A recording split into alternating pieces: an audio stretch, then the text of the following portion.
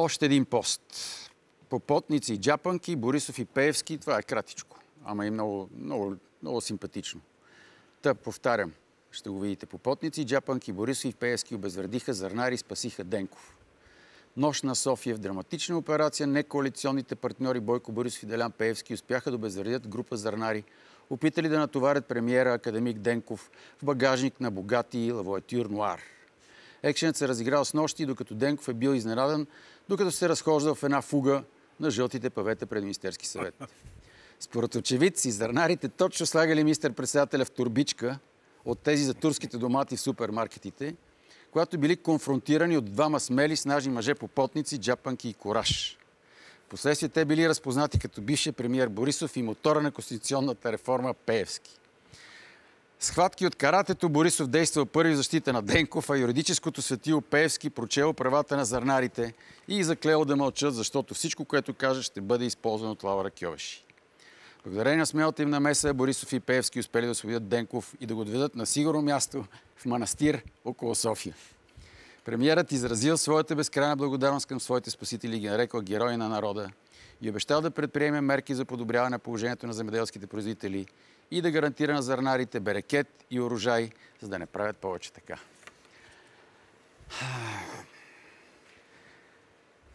Това е тъжната ни действителност. Също тя тъжна за някои, за други изгодна, удобна, перспективна, изпрана, конституционна и всичките прилагателни, които могат да се кажат за тези, които в момента определят дневния ред на държавата. Здравейте, добре дошли, господа Василеви. Опитах се леко да сменя мрачното начало с по-забавно такова, но това е смях през сълзи малко, нали? Да започнем с телевизионния водещ в Евроком. Как се казва предаването ви? Не се страхувай. Да, за това не се страхуваме и ние да ви дадем думата. Смятате ли го за през хумористичната гледна точка за действителността, която ни се стоварва на главите? На фона на толкова струпани събития извън темата, за която ви поканих, че до нея след малко ще стигнем, конкретната. Не е хумористично, то е отчаиващо, това е трагично положението. Аз не мисля, че има по света друго правителство, което така отчаяно да се бори срещу интересите на държавата.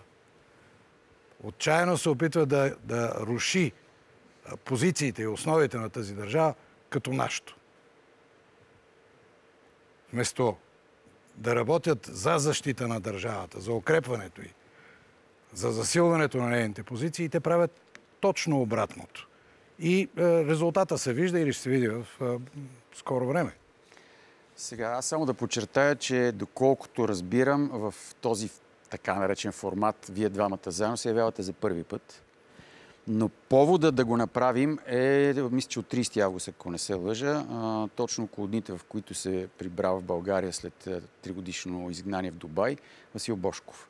И по този повод, вие, господин Слави Василев, бяхте доста дълго, така, изчерпателно припомнили една история по повод това как държавата в лицето директно на премиер-министъра, тогава Иван Костов, защото сега Васил Божков разказа за Бойко Борисов, Влади Горанов и Севда Рунудова, но вие направихте аналогия с нещо, което се случи с вашия баща по времето на Иван Костов. Тази аналогия много ме грабна да я направим през вашия поглед. Тогава, колко години назад? 20 ли колко се падат? Ето, тук баща ми ще разкаже дългата сага. Аз се знам много отдавна, но искам да ти благодаря. Аз с тебе ще се обръщам на тебе към ти, защото съм бил в твоето предаване и като ми предложи да участвам с баща ми, ми стана много приятно и така...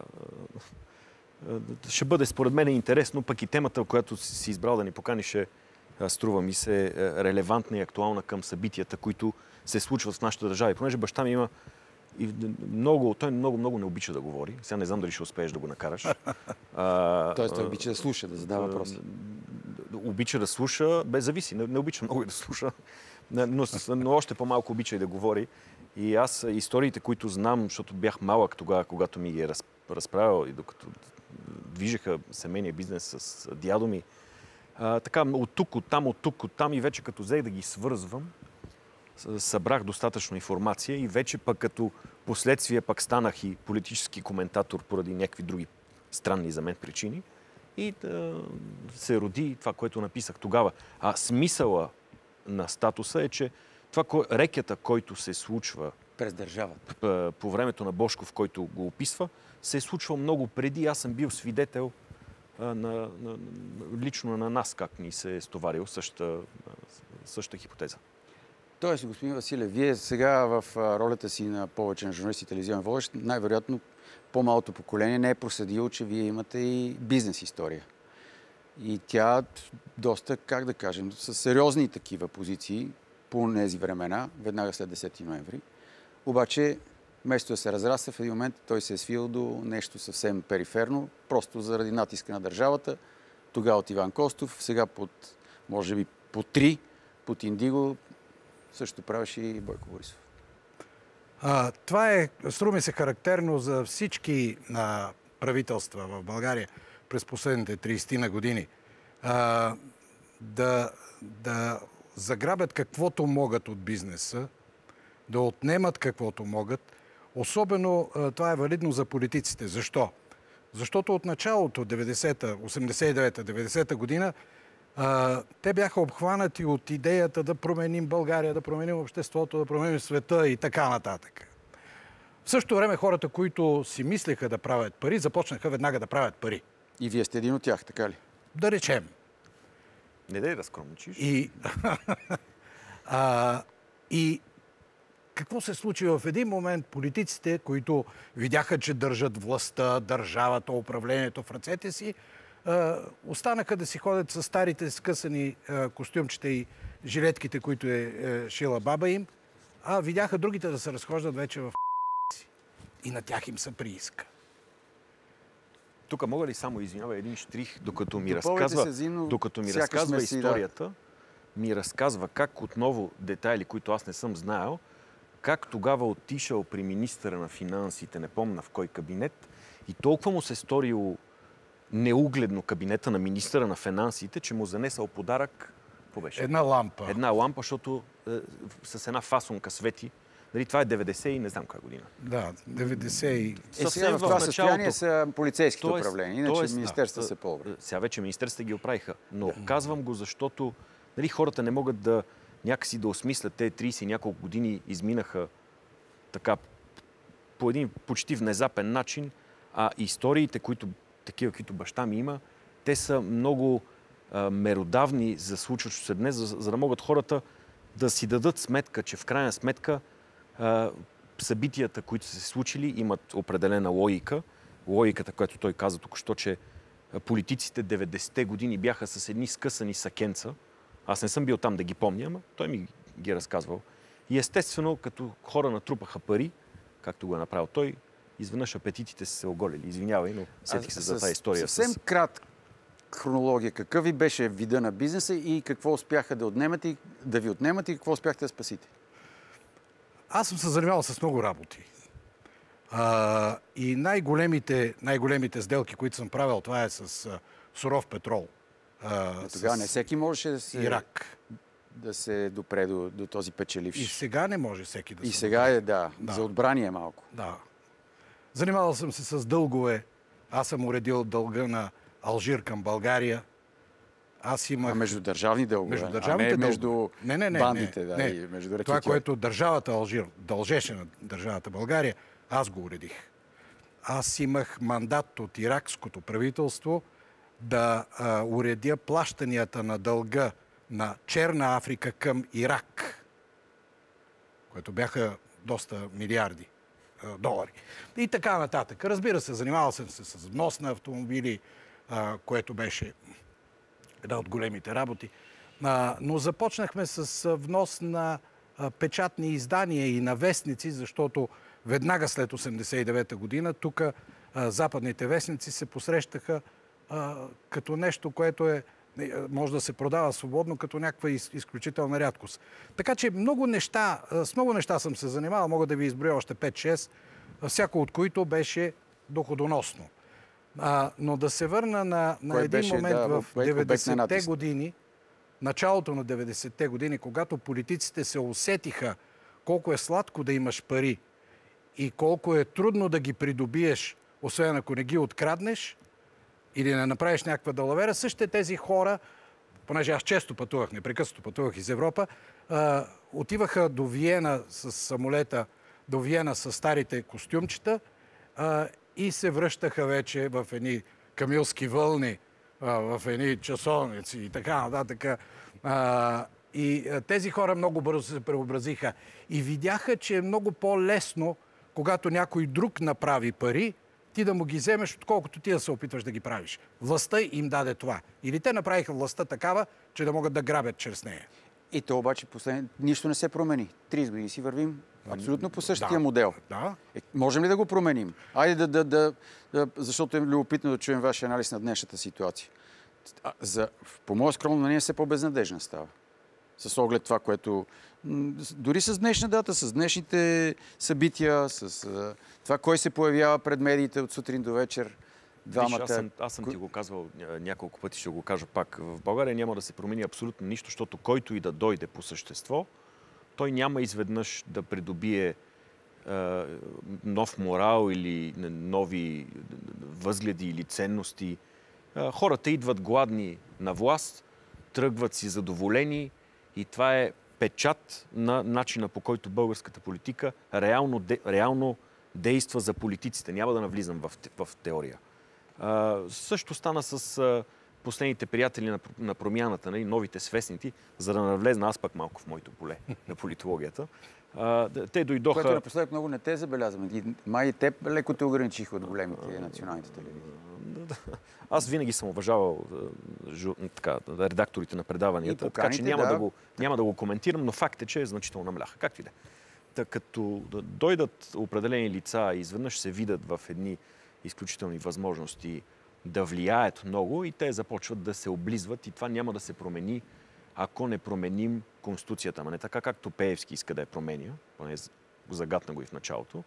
Ами трябва да се промени така, че да има съдебна система работеща, контрол, взаимозависимост между властите. Въобще трябва да се преобрази архитектурата на държавата, нещо, което е съвършенно различно от представите на юриста Делян Пеевски и неговата изключително компетентна клика в Народното събрание. Тъй като има активност на зрителите, ще помоля колегите, тези, които са маркирали, да ги пускат, за да не отнемем допълнително време с четене. Добре, бърз поглед върху най-бурните и то може би международни събития, които малко и много касаят и официалната власт у нас. Включително това, че България днес изгони шпиони на Васян и други свещеници от Руската църква. Това разбрахте ли? Българските власти експулсират предстоятеля на Руската църква у нас, Васян Змеев. И българските власти считат, че отец Васян представлява заплаха за националната сигурност. В същото време Полша обяви, че няма да оставя оръжие на Украйна, след като Украйна се закани да съди Полша и още 2-3 държави, не България, които отказват да свалят ветото, забраната на внос на украинско зърно. Ти се занимаваш с дерогацията на руския петрол. Въобще тази външно-политическа тежка ситуация как се отразява на вътрешно-политическата, включително вчера президент Румен Радев чете много интересна реч пред сесията на ООН. А във вътрешно-политическата обстановка се му скачат от всички страни, от сутрин до вечер. Също той сам срещу... Ти го каза много добре в началото. Няма да има абсолютно никаква промяна в България, защото механизмите за управление вече са овладени. Те са овладени по такъв начин, че въобще не ги интересува какво става. Това е... Аз по-продажно правителство, баща ми го загатна в началото, принципно не се изразявам така. То е по-остро от мен. Въпреки че аз не съм съвсем безобидния. По-продажно, лъжливо, лицемерно. Но такова правителство, което да върви против българските интереси, аз като наблюдател го казвам, и да отрежат руския петрол и да вкарат украинското зърно. Това са само нашумели теми. Има много други такива, за които зрителите и въобще хората не достигат до тях. Но това е продажно. Защо? Защото решенията, които взимат, те не са в интерес на българите. Те са в интерес на някаква друга конюнктура. Баща ми може да каже, може би, повече по темата. Добавям и още един штрих. 5 българи в Лондон са обвинени в шпионаж в полза на Русия. Нещо, което от доста време така се носеше из медийното пространство, но сега вече официално има повдигнато обвинение. Тоест картината добива съвсем такива хумористичната страна с дрона, който спасяваха с цигара в ръка полицайите и попотник. Повода за усмивка, но всъщност тревогата е доста по-реалната ситуация. Тревожността в обществото, защото войната е на 300 км по права линия от нас. Не само войната, състоянието на държавата е плачевно. На цялата медийна среда и цялата политическа върхушка се опитват по някакъв начин да неутрализират ефектите от тази политика, която в момента се води. Какво ще стане, например, с днеска са решили да махнат дерогацията на руския петрол? Днеска потвърдиха по-скоро. Какво значи това? Петрола в момента е около $95 за барел. Говоря за саудитски, кувейтски и така нататък, това, който се продава. Премахнеш ли дерогацията за руския, значи трябва да купуваме саудитски, да речем. Сегашната цена, на която се продава руския петрол, Уралс, който се преработва от рафинерията Бургас, е около $75. Тоест $20 по-ниско. Но руснаците дават още $20-25 отстъпка или в момента ние го купуваме по около $50 барела, докато другия струва двойно. Когато ние минем на другия заради днешното решение или потвърждение днес, бъдете сигурни, че бензина ви ще стане не 4, ами 5 лева. Защото няма как рафинерията да работи на загуба. Естествено е, че тогава при това положение, при такава рязка смяна на теченията, се образуват едни мощни слоеве от комисионни, които вървят в различни посоки. И именно това е целта. Не, че мразят руснаците, а зад смяната на руския петрол с кувейтски, какъвто и да е там, ирански, иракски и така нататък, стоят огромни пари. И те ще бъдат получени от хората, които стоят зад тази схема. Предизвикахте много интерес. Има един хубав въпрос, т.е. той са няколко и към двама ви, така че ще уважим един зрител. Критичен се е нарекал зрител. Господа Василеви, вие сте големи фенове на президента Радев. Искам да ви попитам, смятате ли активното му участие във форума Триморие за нещо полезно за България? А какво мислите за изказването му, цитирам, зеленият сертификат дава свобода? Абсолютно точно и дословно цитат. И какво мислите за това, че връчи ордени на Херо, Мустафа и Москаленко, въпреки че българите ненавиждат и двамата? И още един въпрос. А какво ще кажете по въпроса, че именно той вкара в политиката Кирчо, Кокорчо, Академикчо и прочее? Говорете, моля. Това е хубав така. Вижте, преди Радев да ги похвали, Херо Мустафа ги извади на преден план и те получиха благословията на Байден, който открито... Говорим за тези нашите харвардските два братя. Да, които след като Байден го похвали изрично, че е бил блестящ... Поименно блестящ министър, не можеше президента Радев да каже, той нищо не струва. Що се отнася моето обяснение за Триморието и за другите теми, той не може да върви против течението, защото то ще го отвее. Течението е неудържимо. Течението, което идва от Америка. В момента света води война. Ние сме в световна война. Само че тя още не се води с ядрени оръжия. Но тя е идеологическа, тя е политическа, тя е икономическа, тя е суровинна, медийна. Тя е културна, тя е цивилизационна, тя е тотална война. Само без ядрените оръжия. И при тази война, която се води, да стоиш настрани или да се опитваш да се запазиш от течението, изисква да имаш огромен опит и сили и подкрепа, да речем като Ердоган. Или в някаква степен Орбан. Ние нямаме такива сили. Нито като държава, нито като общество. И естествено президента не можеше да не предприеме тези стъпки. Той трябва да покаже, че все пак България стои по някакъв начин в тази схема. Какво ще да стане, ако беше се обявил против Триморието? Нека да си помислим. Нека да поставим този въпрос на вашия зрител. Ние щяхме да получим такива жестоки шамари от Европейския съюз и от Съединените щати, че положението ни щеше да стане много по-тежко. Не си мислете, че те не са ни вързали въжето за врата и че са в състояние всеки момент да дръпнат ласото, за да увиснем. Така са ни подготвили, за да не можем да мърдаме. Това е истината.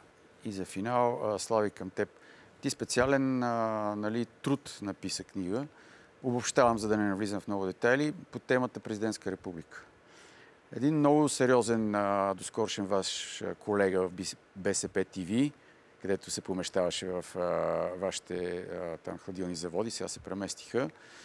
Вчера задочно ме помоли да те попитам, когато разбра, че ще гостуваш днес. Кой това? Сега ще ти кажа. Първо въпрос и след това ще ти кажа.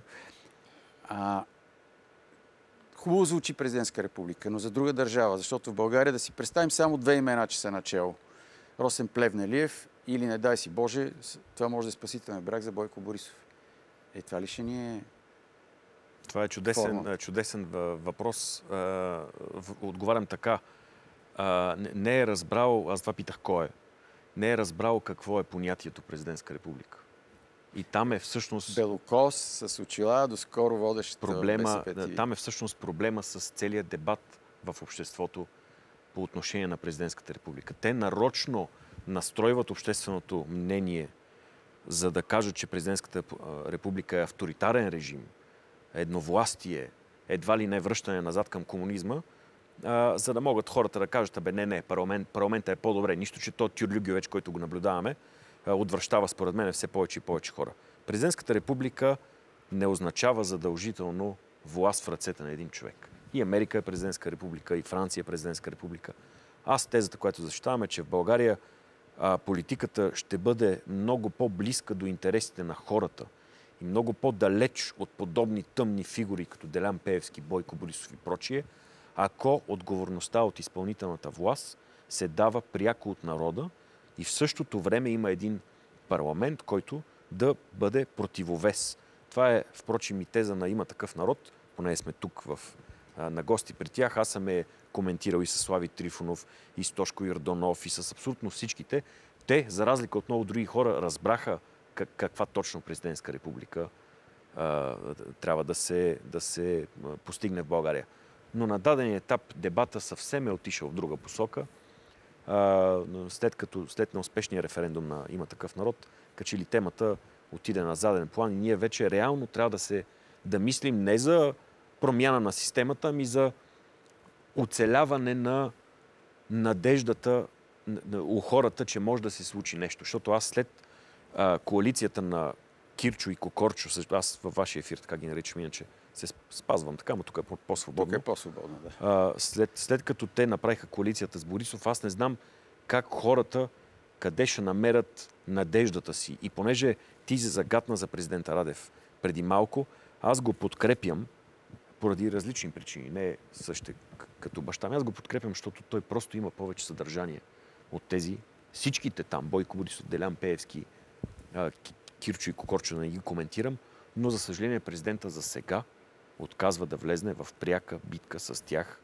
И това лишава, според мен, обществото от така надежда и малко помирение с иначе неприятната ситуация, но може и това да се промени.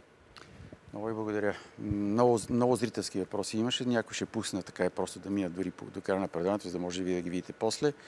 Кога ви е предаването? Понеделник от 8 часа вечер. Да си направим взаимна реклама, да се казва. Аз ще спомена тогава. Разбира се, да. Ние периферните малки телевизии и маргинални трябва да се анонсираме взаимно, за да се откриват от зрителите. Между зрителски интерес, който гледа вашата телевизия и твоето предаване, то е много жива публика. Това са хора, които активни, отказват да участват в тюрлюгювеча, който им се представя и гледат периферни, как ти ги наричаш периферни, те въобще не са периферни като рейтинг. Хората трябва да го знаят. И твоето предаване и 7-8 имат много, много сериозен рейтинг, който обаче се подценява. Много благодаря на Васил Василев и Слави Василев, баща и син, с много роли в нашето общество. След рекламите с Ани Стоянова, чиято дъщеря Даная спаси 4 човешки живота, но защо нейния? беше пожертван и можеше ли да бъде спасена след рекламите.